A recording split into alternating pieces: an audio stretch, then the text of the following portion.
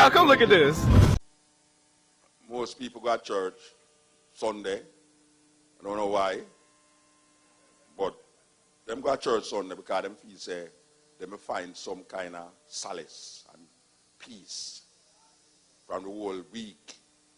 The first day of the week, which most people don't really consider it the first day of the week. Them feel say Monday is the first day of the week, but it's Sunday is the first day of the week. For your information, Sunday is the first day of the week. Saturday is the seventh day of the week. Now the seventh day them say it's Saturday them I work with. Roman Catholic and those who's influenced by Roman Catholic say it's Sunday them I work with. Because really and truly, there's a man named Constantine, this emperor of Rome, who, because the Romans them used to praise and give homage to the sun in the sky, and the Christians them used to give the sun, what them call Jesus. Him decide say, instead of aggravate the two set of people them, him going to merge the two things in a one.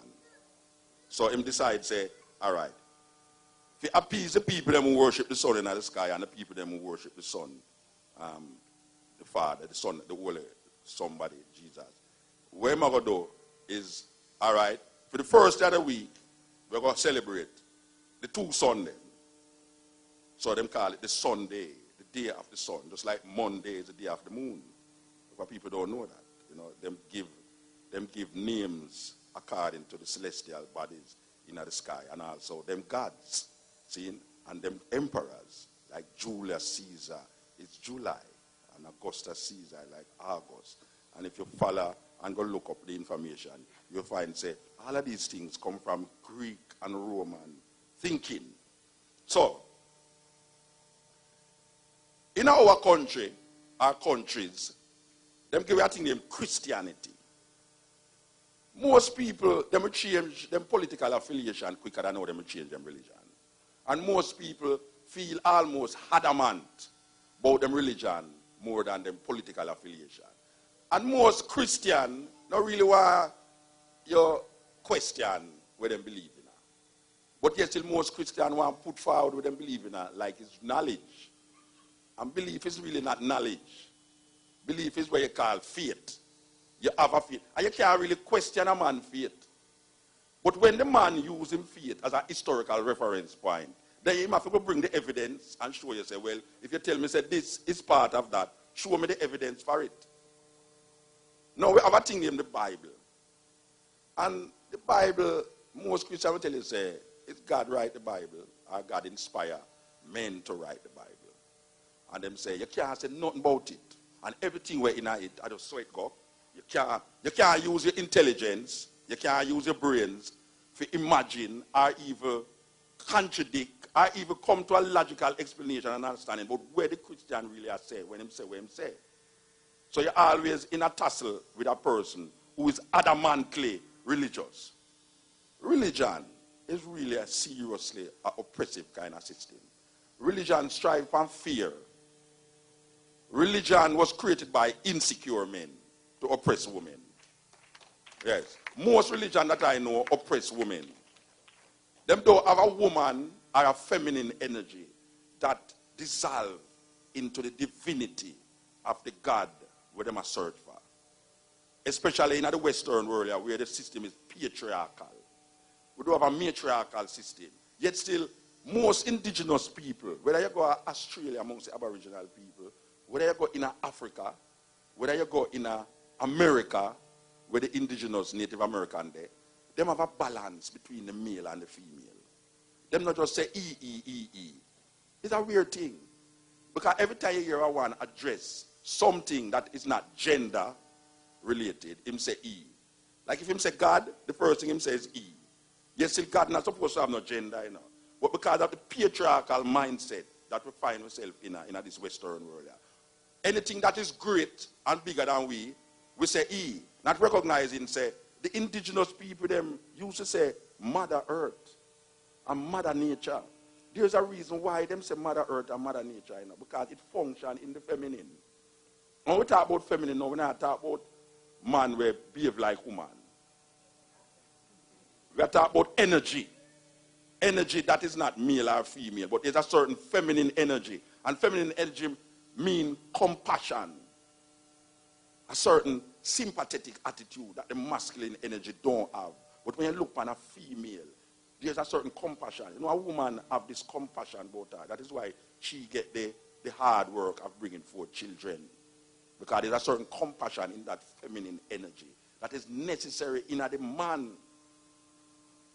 And we need to grab back that energy. We lose that energy somewhere between the Middle Passage and the fast food restaurant them.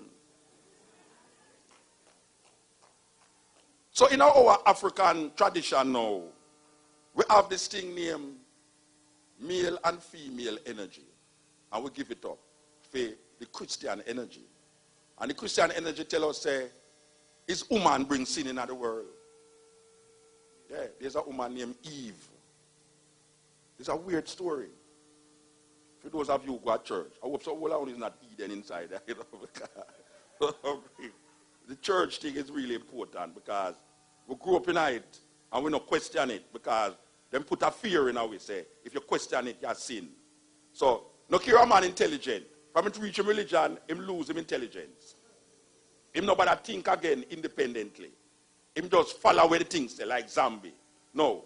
There's a story where something where them says he made the earth in 7 days, 6 days, and rest on the 7th.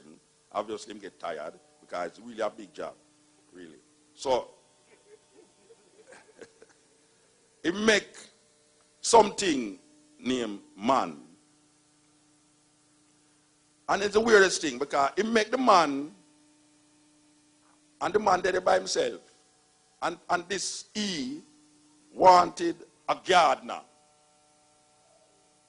Because he make a garden and no rain, he never make no rain. I don't know why he never remember say flowers want rain and food want rain. So he make the garden and he would obviously believe say the mist of the morning would water the garden, but it wasn't working. It's really strange. For something he that is omnipotent, omnipresent, and omniscient never realized say plant want more than just mist. But make a work with the story.